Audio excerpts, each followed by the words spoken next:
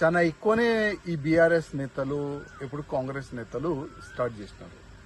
Comment ఏ విధంగా చేస్తున్నారంటే బండి సంజయ్ గారు కొడుకు ఒక తప్పు చేసిండు, అది తప్పు చేసిండా లేదా, ఆల్రెడీ ఎస్ఐటి ఒక ఏర్పాటు చేసినారు. ఈ ఎస్ఐటి పెట్టిన తర్వాత ఎంక్వైరీలో అసలు వాస్తవం ఏంది అది మొత్తం బయటికి వచ్చేస్తుంది. ఇవాళనే రేవంత్ రెడ్డి గారు డీజీపీ గారితోని కమిషనర్ గారితోని మాట్లాడి అసలు బండి సంజయ్ కొడుకు కేసు ఏంది వివరాలు కూడా మన ముఖ్యమంత్రి గారు తీసుకున్నారు. ముఖ్యమంత్రి గారు అడిగినారు కూడా, బండి సంజయ్ కొడుకు పైన కంప్లైంట్ చేసి చాలా రోజైంది, ఎందుకు యాక్షన్ తీసుకోలేదని ముఖ్యమంత్రి గారు కూడా అడిగినారు. పోక్సో కేసు కింద బండి సంజయ్ గారి కొడుకు పైన కేసు అయింది. అసలు ఇది కుట్రనా లేక వాస్తవం ఇది కేసు అయిందా, ఇది తప్పు జరిగిందా, ఈ ఎస్ఐటిఓలు మొత్తం ఎంక్వైరీ చేసి రిపోర్ట్ అయితే పెడతారు.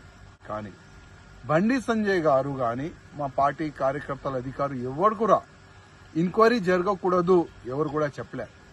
బండి సంజయ్ గారు ముందు నుంచి చెప్తున్నారు, ఒక్కవేళ నా కొడుకు కూడా తప్పు చేస్తే ఎంక్వైరీ చెయ్యండి, వేరేకి శిక్ష ఏ విధంగా ఇస్తారు నా కొడుకు కూడా ఆ శిక్ష వేయండి, మేము రెడీ అని బండి సంజయ్ గారు ముందు నుంచి ఈ మాట చెప్తున్నారు. ఈ మాట చెప్పిన తర్వాత కూడా కంటిన్యూగా బీఆర్ఎస్ వాళ్ళు కొంతమంది ఎలక్ట్రానిక్ మీడియాని ఫేవర్ గా తీసుకొని, కొంతమంది యూట్యూబ్ ఛానల్ ని ఫేవర్ గా తీసుకొని చాలా వరకు బీజేపీ పైన అటాకింగ్ చేస్తున్నారు, బండి సంజయ్ గారు పైన అటాక్ చేస్తున్నారు, మా పెద్ద నాయకుల పైన అటాక్ చేస్తున్నారు. చేయని వాళ్ళ అలవాటు.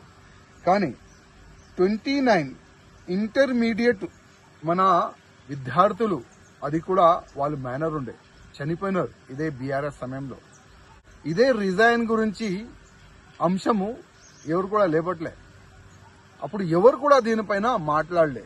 ఎంతో మంది విద్యార్థులు చనిపోయినారు. అదేవిధంగా జూబ్లీ హిల్స్ లో ఒక ఎంఐఎం నేత కొడుకు రేప్ కేసులో కూడా ఇన్వాల్వ్ అయినారు.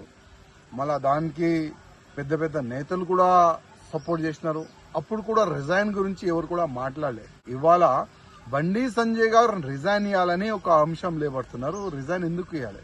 బండి సంజయ్ గారు ఒకవేళ ఎంక్వైరీ జరగకూడదు, నా కొడుకు అమాయకుడు చెప్తే ఆ విధంగా మీరు డిమాండ్ చేయొచ్చు. కానీ బండి సంజయ్ గారు ఒక కార్పొరేటర్ గా ఒక ఎంపీ అయినారు, ఒక ఎంపీగా ఒక కేంద్ర మంత్రి అయినంటే ఎంత కష్టపడి అక్కడ వరకు అయినా పోయినారు. ఒకసారి ఆలోచన చేయాలి రిజైన్ అడిగేవాళ్ళు. కానీ మీకు రాజకీయం ముఖ్యం, మీరు రాజనీతి చేస్తారు, నో ప్రాబ్లం. కానీ బండి సంజయ్ గారు గురించి తప్పుగా ఎవరు కూడా మాట్లాడొద్దు. ఎంక్వైరీ జరుగుతుంది, పక్కా ఎంక్వైరీ జరగాలి. ఒకవేళ బండి సంజయ్ గారు కొడుకు తప్పు చేస్తే శిక్ష కూడా తప్పు 100% ఉంటుంది. దానికి బండి సంజయ్ గారు గాని ఏ భారతీయ జనతా పార్టీ నాయకుడు గాని అడ్డు రారు. 100% ఎంక్వైరీ జరుగుతుంది. ఆ ఎంక్వైరీలో ఏమొస్తుంది అది నేను చెప్పలేను. కానీ మా పార్టీ నుంచి క్లియర్ గా ఒక మెసేజ్ ఉంది, ఎవరైనా తప్పు చేస్తే శిక్ష పక్కా ఉంటుంది. అది ఎవరైనా